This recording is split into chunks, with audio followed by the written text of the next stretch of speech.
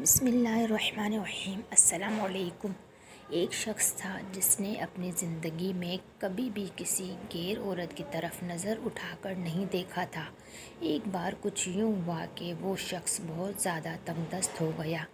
نوبت یہاں تک آ پہنچی کہ گھر میں فاقے شروع ہو گئے۔ اس شخص کی ایک جوان بیٹی بھی تھی۔ جب فاقے انتہا سے بڑھ گئے تو وہ لڑکی اپنے چھوٹے بہن بھائیوں کی حالت دیکھ کر غلط قدم اٹھانے پر مجبور ہو گئی۔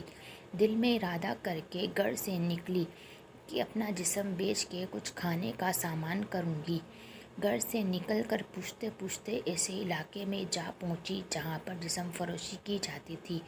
وہ لڑکی وہاں جا کر اپنی ادائیں دکھا کر لوگوں کو اپنی جانب متوجہ کرنے لگی، لیکن کسی ایک شخص نے بھی اس کی طرف توجہ نہ دی۔ توجہ تو دور، کسی نے اس کی طرف نظر تک اٹھا کر نہیں دیکھا۔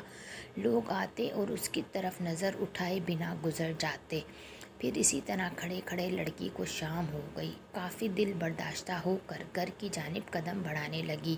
جب گھر پہنچی تو اپنے باپ کو منتظر پایا۔ پریشانی میں مبتلا باپ نے پوچھا، بیٹی تو کہاں چلی گئی تھی؟ لڑکی نے باپ سے معافی مانگی اور رو رو کر سارا ماجرا بیان کیا۔